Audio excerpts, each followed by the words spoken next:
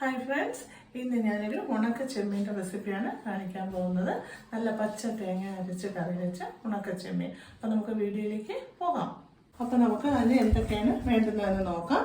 ഉണക്ക ചെമ്മീൻ നല്ല ചെറു ചൂടാക്കി നല്ല കഴുകി വൃത്തിയായി വെച്ചിട്ടുണ്ട്, അതൊരു കപ്പ് വേണം. പിന്നെ ഒരു 20 ചെറിയ ഉള്ളി 2 പീസാക്കി വെച്ചിട്ടുണ്ട്.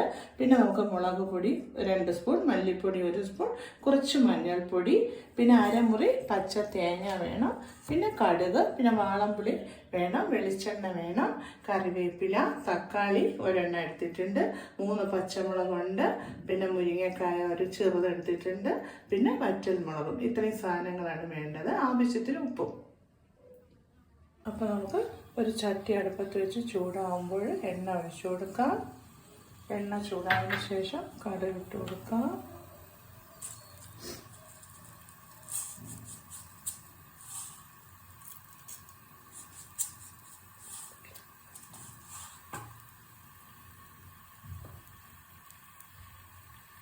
അപ്പോൾ എണ്ണ ചൂടായി കടുക് പൊട്ടിയിട്ടുണ്ട്. അപ്പോൾ നമുക്ക് മുളക് ഇട്ട് കൊടുക്കാം. വറ്റൽ മുളക്, കറിവേപ്പില ഇട്ട് കൊടുക്കാം.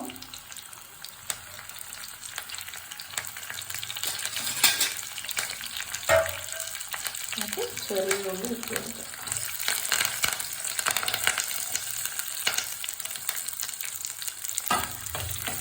നല്ലപോലെ ഉള്ളി കഴുകിയെടുക്കാം. പച്ചമുളകും കൂടി ഇട്ട് നല്ലപോലെ വഴറ്റിയെടുക്കാം. നമുക്ക് അതിന് വേണ്ടുന്ന അരപ്പ് അരച്ചുകൊണ്ട് വരാം. അതിൽ അരമുറി തേങ്ങ ഞാൻ എടുത്തിട്ടുണ്ട്, ഒരു 3 അല്ലി വെളുത്തുള്ളി എടുത്തിട്ടുണ്ട്, പിന്നെ മല്ലിപ്പൊടി ഒരു ചെറിയ സ്പൂണ്, മുളക് പൊടി 2 സ്പൂണ്, എരിവ് അവരുടെ ഇഷ്ടത്തിനനുസരിച്ച് ചെയ്യാം.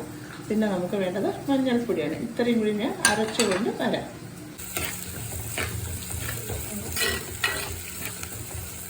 അപ്പോൾ ഉള്ളി ഏകദേശം വഴണ്ട് വന്നിട്ടുണ്ട്.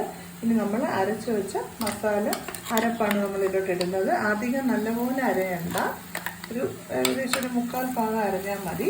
എന്നിട്ട് നമ്മൾ ആവശ്യത്തിന് വെള്ളവും ചേർത്ത് തിളച്ചതിന് ശേഷം നമുക്ക് മുരിങ്ങക്കയും തക്കാളിയും മീനും ഇട്ട് കൊടുക്കാം. ആവശ്യത്തിന് വെള്ളവും കൂടി നമുക്ക് ചേർത്ത് കൊടുക്കാം.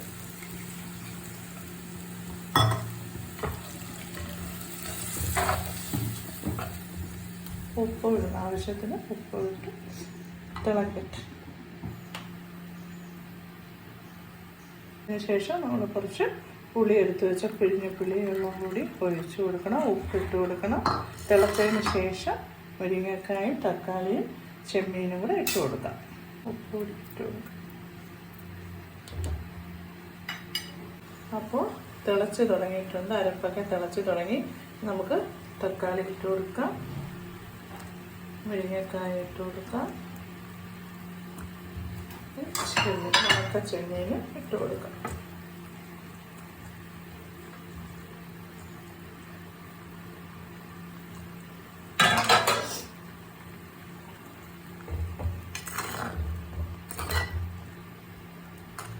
അടച്ച് വെച്ച് വേവിക്കാം. നല്ല വറ്റിച്ചെടുക്കാം.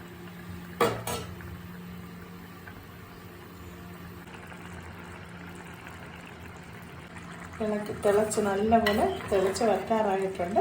ഇടയ്ക്കിടയ്ക്കൊന്ന് ഇളക്കി കൊടുക്കണം. പിന്നിവിടെ റെഡി ആയിട്ടുണ്ട്.